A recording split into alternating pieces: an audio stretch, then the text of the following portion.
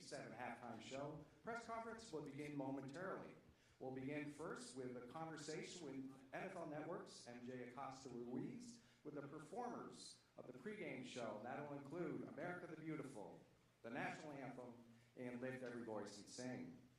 The Super Bowl halftime show, as you know, is sponsored for the first time by Apple Music, and we're very excited to have Apple Music's Nadeska Alexis sitting down with Rihanna for an interview.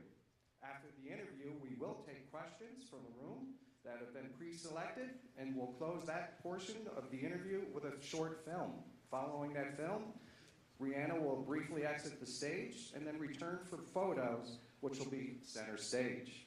The event will start soon. Thank you.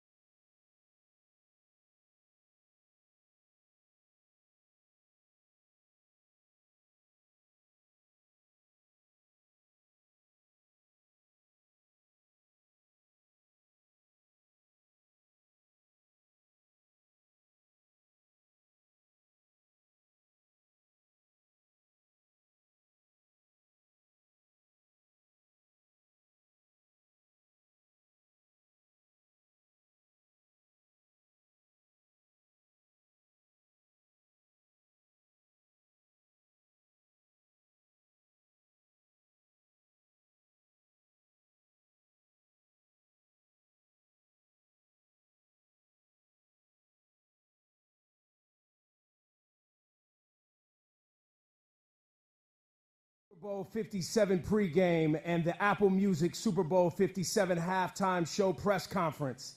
Please welcome NFL Network's MJ Acosta Ruiz.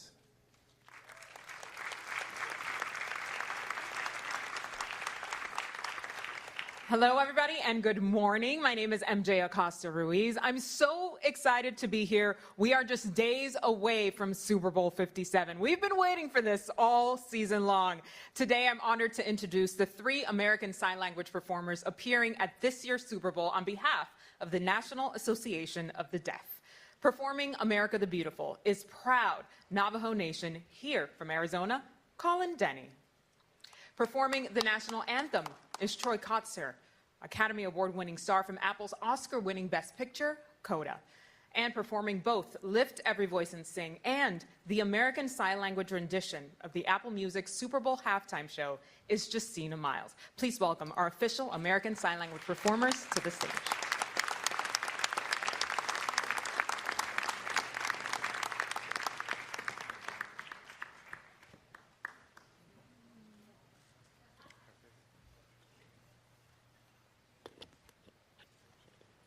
It's an honor to have all of you here today with all of us. Biggest question, what does this performance mean to each of you? And Colin, I'll start with you. Yate, my name is Colin Denny, and what America the Beautiful means to me is it's such an honor to be here representing the Navajo Nation and representing my communities. And you have the deaf, the hearing, and indigenous communities all over America, and it's an honor to represent all three of them. All three of those communities I mentioned all have three things in common: language, culture, and diversity. And that is part of America the Beautiful, because all these communities are still here, and I'm so happy to be representing them and representing myself as well. Thank you, Colin. Troy, what about for you? First and foremost, I'm so proud to have been born and raised in Arizona. This is my hometown. I'm a native of Mesa, Arizona, and I'm honored to be here. And I'm here. You know, the NAD, the National Association of the Deaf, invited me here, and it's so great to see this diversity representing different types of deaf communities. And when they asked me, hey, Troy, would you mind signing the national anthem at the Super Bowl? I said, yeah, sure, I'm in. And so I started doing a little research, and I go, hold on, wait a second. And I wanted to see who wrote the song, and his name is Francis Scott Key. And I did a little research, you know, what was his motivation in writing this song? And so I put it on hold for a second, and I analyzed his history. And it's really a fascinating history because he actually witnessed what happened during the Revolutionary War. And seeing that the flag was still there, and the smoke and the fire, and even through it all, the flag had remained. And so it inspired him to write this song. And so I'm becoming Francis and put myself in his shoes and tell it from his perspective. So that's how I'm going to sign it. It's a new take, and I want to really help that affect me in my ASL translation of the song. And so I'm Francis Scott Key, and so I'm going to show you all what I'm seeing and what he wrote, which was pure poetry, and I'm going to add in my personality as an artist and put it all out there to show you all my work. Looking forward to it. It should be fun. It'll be fun for me. And after I read it, you know, I really felt even prouder to be an American, to tell you the truth, ever. And so I am proud. And I just want to say hi to my wife and daughter. Love you. Oh, hold on. And I just want to tell my two older brothers, I'm going to beat you in golf. Well played, Troy. So I'm going to sign Lift Every Voice and Sing. So that song represents resilience for me. And the national anthem never really resonated with me personally. And the Black national anthem is really inspiring and empowering.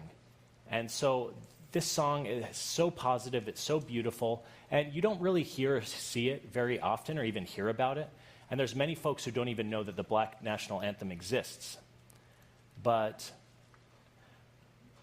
so it's not only for me to share this experience with the whole world, but to really bring that empowerment to millions and millions of Black deaf people all over the country who've never really seen that before. And so they should feel inspired, and that's the same way I feel when I feel like that is truly lifting every voice, even my voice. That's beautiful. Before I let you each go here, I'd love to know your favorite lyric from the songs that you will be signing. Colin? Favorite word from the song, favorite sentence from America the Beautiful. Well, one of the lines is really, how beautiful. And that language and culture and everything to me is beautiful because community is there, and the indigenous community is there, and it is beautiful. For me, I like the line, still there, because it represents us. We're still here today. We're still alive. We're still there. My favorite line would be the very last line, which says, we march on. And we march on until victory is won. And so that line, I really feel like really shows that resilience that I mentioned earlier, and the resilience of people and the resilience of their culture. Love that. Thank you all for being here, for your answers. I can't wait to see this beautiful texture layer that you add to the pregame performances. Thank you all for being here today, and we will see you on Sunday for sure.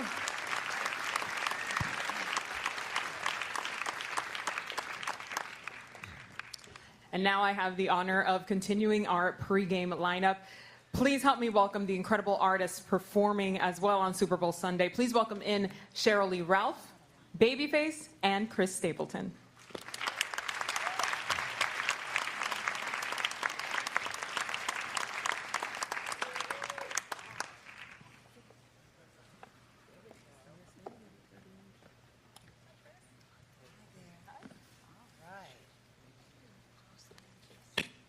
I mean, this is the lineup of dreams, really, if you're thinking about it, when you think ahead at Super Bowl Sunday. I would love for each of you to take me through that moment when you got the call that you will be performing in the pregame show for Super Bowl 57. Cheryl Lee, I'll start with you. When first of all, they said, we just got a call, they would like you to sing at the Super Bowl, I said, what? Yes! It was just like that. Yeah. Yes, absolutely. Thrilled. Never in my wildest dreams did I ever think that I would be singing at the Super Bowl. What is it, 100 million people in the audience? Give or take. Yeah, just a little small thing, you know. But yes. What about for you, Babyface? I wish I go, but it wasn't that. I was surprised. I was like, this was not on my bucket list. Right. And it was not anything I ever imagined that I would do. So to get that call, are you sure me?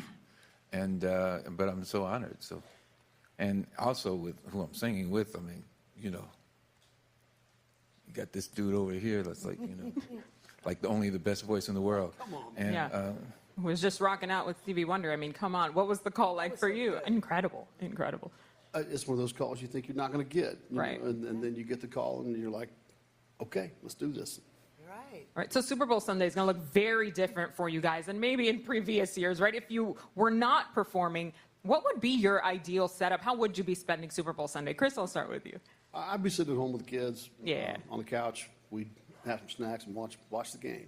It's casual. And you mentioned it's like a holiday almost in atmosphere, Babyface, and getting together for Super Bowl Sunday. What would that look like for you if you weren't performing? Yeah, it's always it was going to be eating somewhere. and watching it. Yeah. I don't know where the somewhere always is, but it's always somewhere. Like plans come together. Cheryl Lee, I mean, football gal, clearly. Oh, my goodness. What would Super Bowl Sunday look like? I had to make sure I had all of the accoutrement. So when I saw that, I said, yes, we must have the bag representing the team, Philly all the way. You know, it's a Philly thing. But my whole thing is good food, good friends, and a great game. That's it. And that's what we're going to have this year. Mm-hmm. So we already know who you're rooting for. Oh, fly, eagles fly. Yes, they like it. Babyface, have you picked a side here for Super Bowl Sunday? I'm going to go with Rihanna. Listen, cannot go. Everybody wins. Everybody wins. For you, He took my answer. He took your answer. Well played. Well played. Chris, you've mentioned before that the Super Bowl stage would be where you wanted to sing the national anthem and only on this stage. Why is that? I think I said it because I thought I wouldn't get asked. Manifesting in a different sense, right? Yeah, well, it's not a, you know, the national anthem is not an easy song Yeah. for singers. And Right. It's one that you can, you know, it can go horribly wrong, as we've seen many times in the past. Hopefully it won't happen for me. It will not. Knock on wood. But yeah, no, I mean, if you're going to do it, this is the place to do it. It's like the reverse psychology. I will not sing it unless it's the Super Bowl. Yeah. Oh, I guess I'm doing it now. I may have accidentally put that in the worked. universe. I don't know. Yeah. Right. Now, you'll actually be back at State Farm Stadium in just a few months, back on the road. How excited are you for that? It's always exciting to get to come play for the people, you know? Yeah, no question.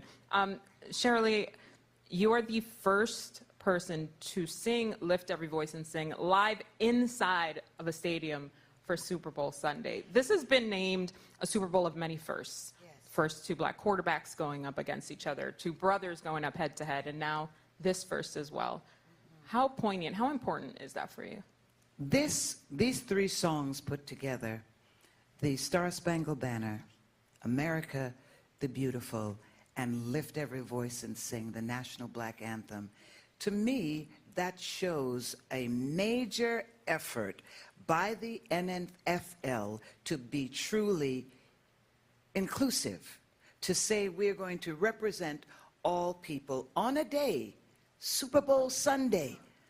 200 million people coming together to sit and experience and hear. What a time, what a way to bring us all together. So I am very pleased and very happy to be able to be on the 40-yard line. Oh yeah, baby. Lift every voice and sing. And of course, my favorite line is, till victory is won. Yeah.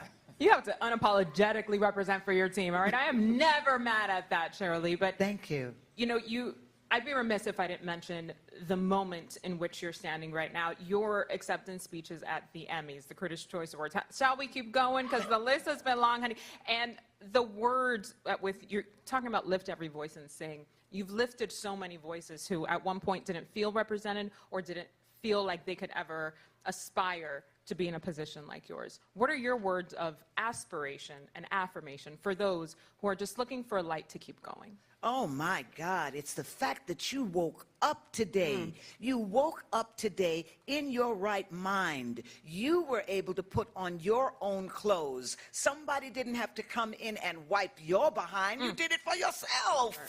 That is an amazing accomplishment. And the fact that you are all here together in your greatness, in your journalism, in your media, in your fan, whatever it is.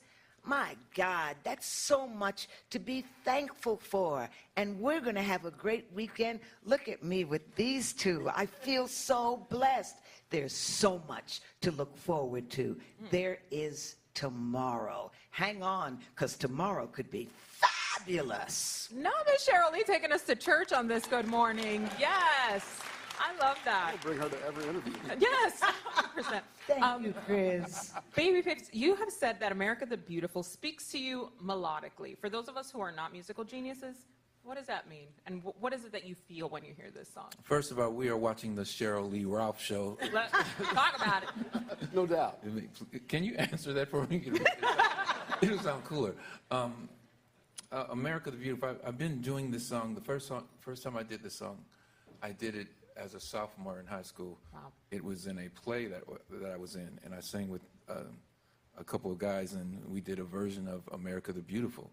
And it's hard to believe that, you know, so many years ago, which was a lot of years ago, that I'm here to, you know, to sing America the Beautiful. Once again, this song that I sang, and back then my mom was in the audience, and she couldn't believe that I was, like, you know, up there on that stage singing. And like the shy kid that actually got up on stage singing. So to think of her looking at this now and to see me at this moment singing America the Beautiful, it's like full circle. Yeah. And I didn't see it coming. I didn't know it was coming. Right. But God brings things to you that, you know, you don't look for it. He just gives it to you. So we were just talking earlier, just how are we here? How are we still doing this? And it's just amazing that that we're here. And the melody in that song, it's a lot easier than the Star Spangled Banner. Sorry, Chris. But he's gonna kill it, so I ain't worried about it. So. Oh man. Do you have a favorite rendition of America the Beautiful? Well, I mean, I think Ray Charles is the only person Absolutely. Yeah. that kills it. You know? Right. Mic drops. We were talking about the national anthem earlier, Whitney Houston, and those snapshot moments, your snapshot moments this Sunday, definitely to be admired and to look forward to. We have some questions from the audience before we wrap up here. First is our NFL Play 60 super kid, Julia Crossley. Hi. Hi, Julia. So, when was the moment you knew you wanted to be in music and entertainment? Oh, you know, we were just sitting backstage talking about that, and it was probably in junior high school. I was part of the choir, and I got a solo, and it was a good solo, and I got this huge applause, and it was like, oh my God, I can't live without that. I have to have that in my life. The way it made me feel, and singing my song and being center stage, that was it for me. That was it. I'm glad I made that choice and didn't become a doctor. You know, I met someone who was a songwriter. I don't know that I ever actually knew that I would be out on stages as much as I met a man who was a songwriter named Steve Leslie, and when I learned that was a job that you could have where you could sit in a room and write songs for a living, I said, no, that's for me. And over time I snuck back on stage a little bit and wound up sitting here. But I've always loved music, and so knowing that I love music kind of took me down the road. Bring us on home, Babyface. What about for you? It was, I fell in love with this girl, and I had to, I picked up a guitar so I could learn how to write a song for her and about her. And she had the whip appeal. Well, that didn't exist back then. But that was what made me want to, actually start figuring it out. And I obviously listened to music all the time, but what made me want to become a writer was because I wanted to put my words down, all these things I was feeling, I wanted to put it down in a song. And so that started it. Wow. The epic conduit of music. That's beautiful. All right, we have another question from Entertainment's Tonight, Kevin Frazier. Kevin. Hey, Kevin. Hey, y'all. How y'all doing? Real quick, I want to shout out MJ for the great job she's doing as well. Thank you, Kevin. And then we have 3 very unique artists that will perform in the pregame show. You worked on a unique twist to each one of these iconic songs. I think for me, Lift Every Voice, it was to make sure that Adam Blackstone, who is my musical director, working with me on it, that we could have a version for people to understand the great lyrics of this song and what it means to continue to, through all the ups and downs, to carry on, to move on, to be forward thinking, learning from the past, the faith that the past taught us, the hope that the present has brought us. Hear these words. Let us march on to victory, the victory of liberty, the victory of justice for all is won. And that's how we approach the song this time. Babyface. Once again, you are watching this Cheryl Lee Ruff. Coming behind that. I'm glad you're sitting. What was the question again? A special twist. Special twist. I think the only twist you can give it is yourself. Is to be honest, and don't try to do anything incredible or something new for the sake of doing new. Give the words life to what it means to you as you sing it. So I'm just going to try to be as real as I can with it and with my voice, and it'll be what it'll be. I can't follow either one of those, but I'm going to go out there and play, and play it like I would play it, and that's if that's a twist, then so be it. Thank you, Kevin. Thank you, Julia, for your questions, and thank you, Cheryl Lee, Babyface, and Chris. Cannot wait to see what's coming on Sunday from each and every one of you. Really appreciate you all coming out here and spending some time here with the media ahead of Super Bowl Sunday. Thank you. Thank you, media. Thank you, guys. All right, up next, we'll hear from Apple Music's Nadeska Alexis and Rihanna on her much-anticipated halftime show performance. Yeah. I'll follow you all.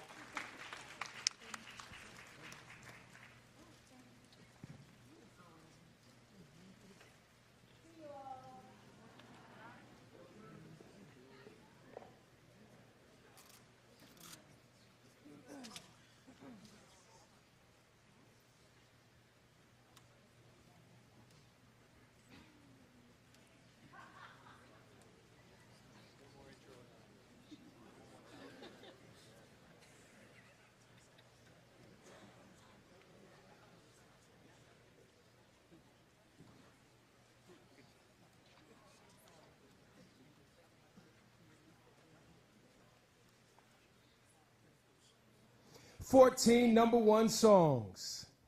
She has 9 Grammys. She is Oscar nominated, an entrepreneur, a visionary. And this Sunday at the Apple Music Super Bowl 57 halftime show, the wait is over. It's been 2,190 days. Dude, Rihanna, we waited for you. It's been over 6 years since the 9-time Grammy winner dropped her last album.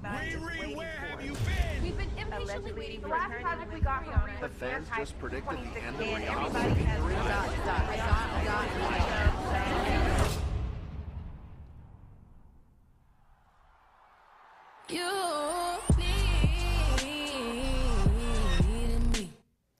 Okay, from Apple Music Radio and the host of the Nadeska Show, please welcome our girl, Nadeska Alexis.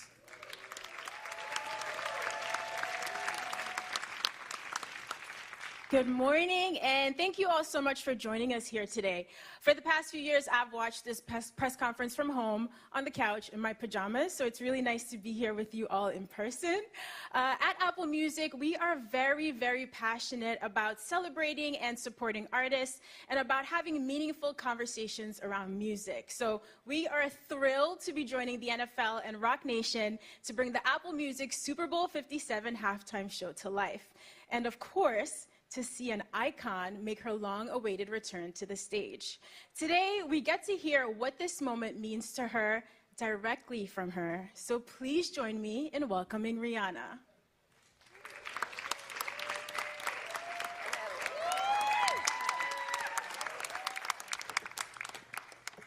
Hello, hey everyone, how are you? Good morning. Hey. Come get comfy with him here. Okay. It's so nice to have you here. Thank you, it's my pleasure, it's my pleasure. Listen, I know you've been working really, really hard to get ready for this show and probably haven't gotten enough sleep, but you still look like you're glowing from within. Is that the Fenty highlighter, or you're just excited to hang out with us this morning? The Fenty highlighter is definitely helping today because I have yet to sleep. We were working at the venue all last night and I kind of just stayed there, ended up in a prep, and somehow I'm here at a press conference right now. Here and smiling at a press conference, and you still have a long day ahead. You have rehearsals later. So, you know, going into a show like this, we all know you're going to put on an incredible show, and we're so excited. But at the end of the day, you're still a human, right? And you still need to get yourself mentally ready for this. So how do you prepare for a date like today? I listened to Needed Me about 100 times this morning, and I felt good to go, but you probably have a better strategy. A day like today? And a day like Sunday. Sunday. No, that's the one. I mean, I've been so focused on the Super Bowl, I totally forgot that my birthday is coming up.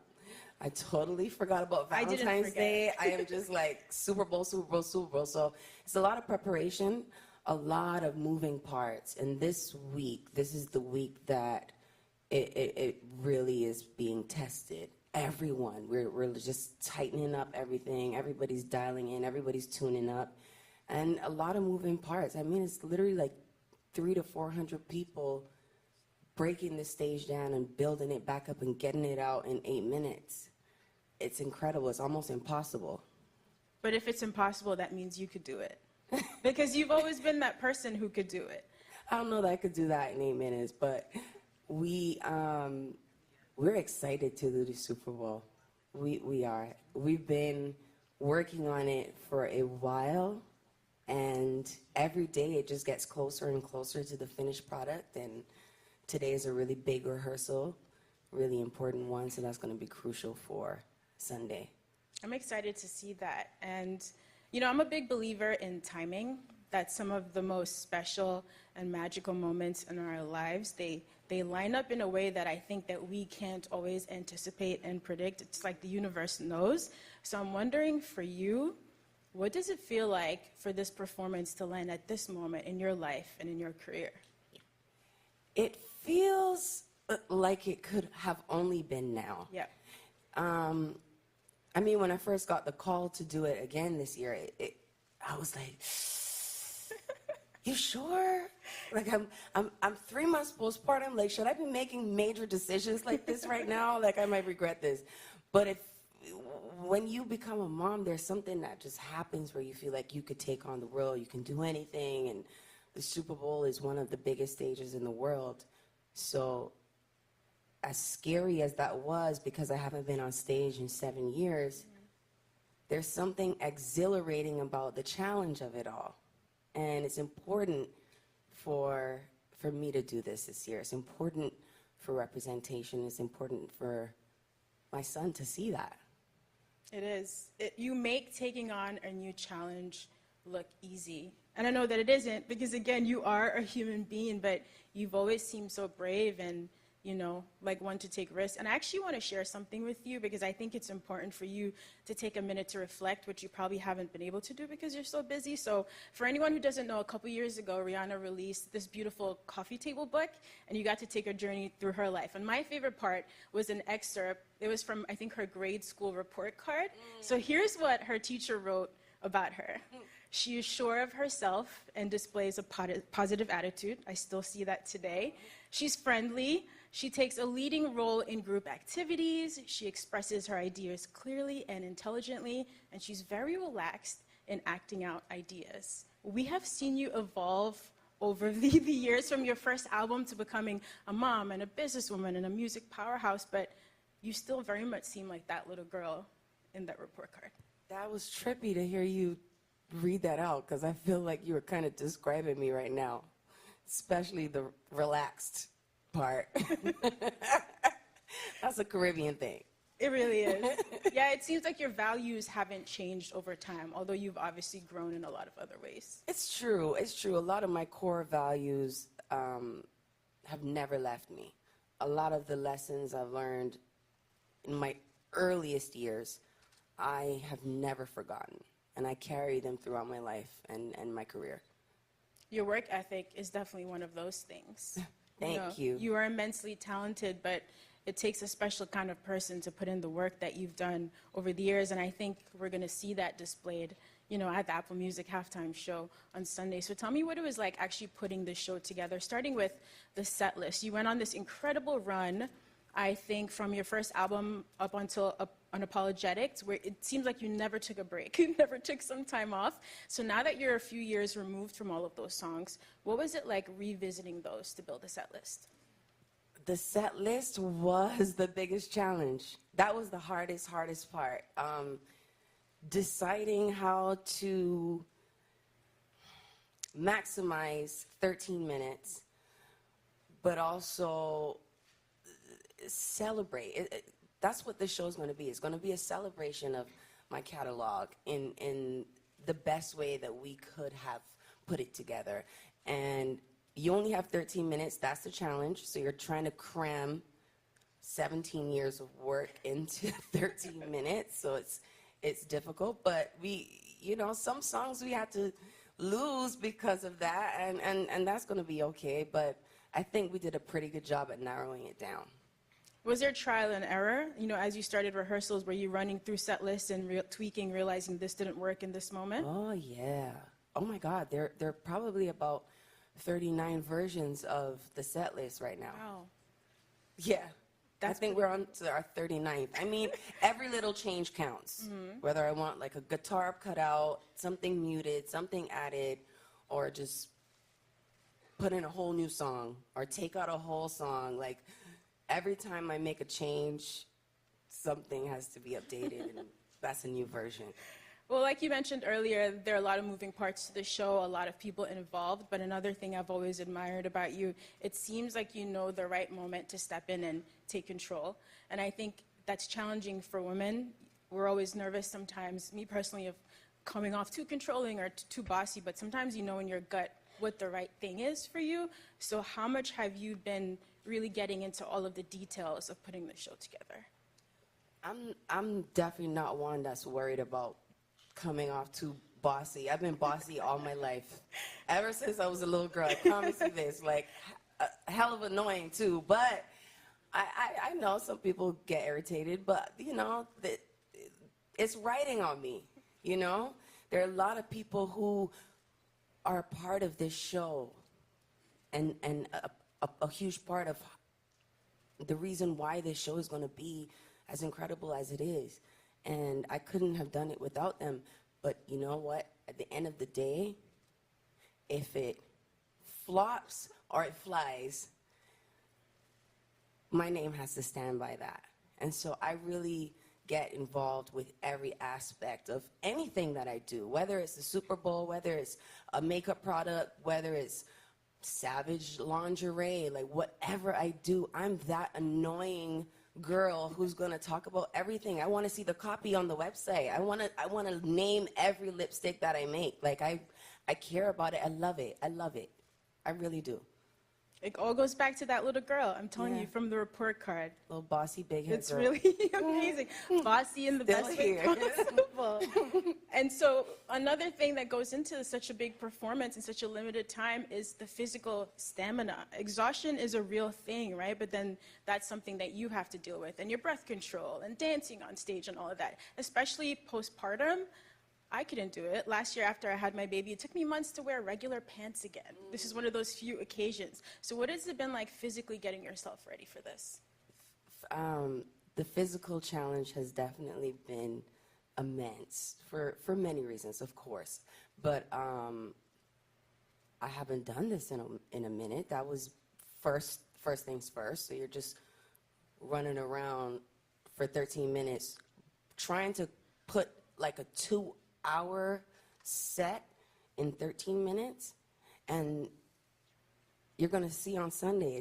From the time it starts, it just never ends, and until it's like the very last second. And now I'm saying too much, but it's a jam-packed show, and it takes a toll on your body. It does.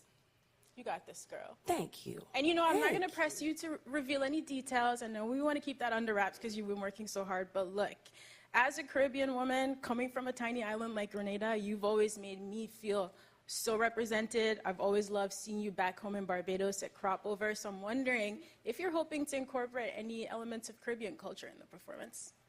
I mean, that's a big part of why this is important for me to do this show. Representation, representing for immigrants, representing for my country, Barbados, representing for black women everywhere. I think that's really important. That's key for people to see the possibilities. And I'm honored to be here. I'm honored to be doing this year. I can't wait to see it. And we're so excited to have you back in music. Of course we've missed you, but you have a whole human being now to take care of. And I know it sounds like for you, work-life balance was not necessarily a thing because you always considered those the same. But is that different now, having a child plus work? Yes, it's very different. The balance is almost impossible because no matter how you look at it, work is always something that's going to rob you of time with your child. That's the currency now, and that's where it goes. The magnitude of how much it weighs. When you make decisions on what you're going to say yes to, it has to be worth it. Mm-hmm. And this is definitely a moment that's worth it for you, right? For me, like for you, sure. What is the cultural significance for you of performing at the Super Bowl halftime show? I mean, it's a long way from home, right? Yes. It's a long way from home. It's a beautiful journey that I'm on, and I could have never guessed that I would have made it here. So it's a celebration of that. I'm excited to do that, and I'm really excited to have Barbados on the Super Bowl stage. It's a big moment for the whole Caribbean. Look, you have been a global superstar for a long time, but I need to say right now on the record, Caribbean woman, we claim you as ours. That's okay. You better.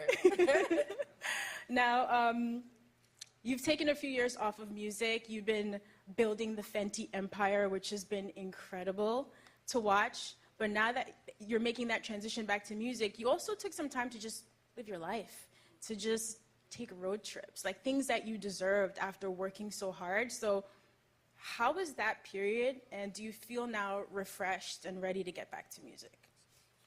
The pandemic kind of, in a weird way, forced me to slow down. Mm-hmm. And then when you have all these boundaries and restraints and rules, and you have to stay home, you kind of get creative with ways to stay entertained in a way.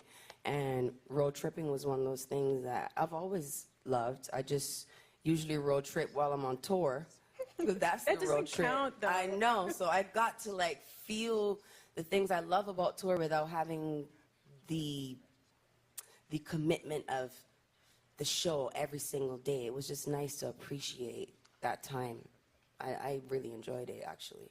You deserved it. You seem like a workaholic, so I think you deserve some time off. And look, I'm not asking any questions about when music is dropping. I don't want any problems with you or with the Navy. But, you know, a couple years ago, you said that you were working on a project that would be reggae-inspired. Those are your roots. And then also a project that would just kind of capture where you're going forward in this next chapter of your life. And when I talk about this with my friends, we would take anything. A classical album from Rihanna would also be fire. So I was wondering if you could just tell us a little bit about this chapter and how you're feeling musically in general. Musically, I'm feeling open. I'm feeling open to exploring, discovering, creating things that are new, things that are different, things that are off, weird, might not ever like make sense to my fans, you know, the people that know the music that I put out, that I just want to play. I want to have fun. I want to have fun with music. You should have fun with the music and have fun on that Super Bowl stage on Sunday. You put in all of the work. You're ready. This is in your bones. And now it's just important for you to go out and have a good time. So promise me that you'll have fun. I got you, girl. I promise. That's one of my main things. I promised myself that I would have fun. All right, that's great. And now, if it's cool with you, some of your young fans have some questions for you. If you're cool to answer those? Of course. All right, let's do it. So the first question is from Phoenix Children's. Hi, Lisa. I'm from Phoenix Children's Hospital, and I love dancing and playing golf. I also love your makeup. It's so good. Thank you. And my question to you is, what was your favorite album to record? Ooh. Maybe favorite album to record or my favorite album? Let's get both. Okay, I really enjoyed recording Loud and Diamonds. I was on the road for both of those albums when I created them. I was touring one album, making the next, and then I came back and toured that album and made the next. And then Anti was the first time that I took my time making an album while not being on tour. And that frustrated my fans a bit, and here I am doing it again to them. But Anti, for sure, top favorite album I've ever made. A great album. Thank you, Anissa. Thank you. And we have one more question from NFL Play 60 Super Kid. Hi, I'm Julia. My question is, when you first started pursuing music, what was the most important thing you learned in order to succeed in the industry? To stay humble. Stay humble, because if not, this industry will humble you one way or the other. And you know, my humility came from my childhood, growing up in the Caribbean, and growing up in my household with my mom. She's a very humble woman. Her mom was a very humble woman, and I've never lost sight of that. That's very important to me. I often fear the pedestal that the world can put you on, and I always want to feel my feet on the ground. That makes me feel safe. Thank you. That was such a great question. That was a great question. Yeah, and a great answer, and that's why we appreciate you. You always seem so grounded, no matter what's going on around you. And thank you. You'll never lose that magic. So thank you so much again. Congratulations. Thank you, of course. Thank you all. Have an incredible time. Thank you. We can't wait to see the Apple Music Super Bowl halftime show. And while you wait, you can listen, watch, and sing all things Rihanna. And shortly after her performance, you'll be able to stream the full halftime show in spatial audio only on Apple Music. But before Rihanna takes the biggest stage in the world, we do want to share a film that takes it back to where everything started. Premiering today, here is Run This Town. But you know it's about time that she come back. We've been you waiting. know, and the fans waiting. Feel it coming in the air.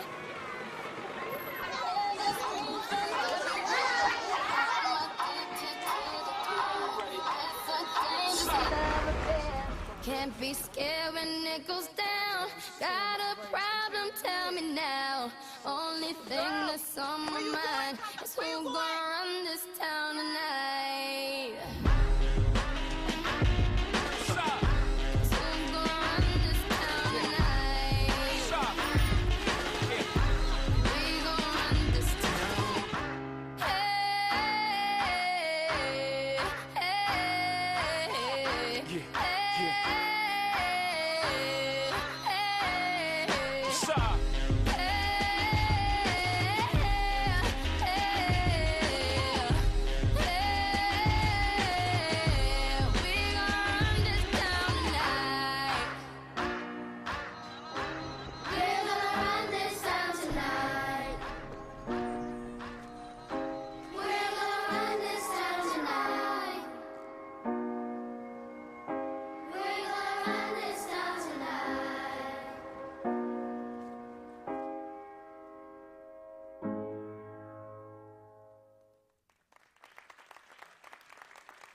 Thank you, everyone. In just a few moments, Rihanna will retake the stage, so please stand by.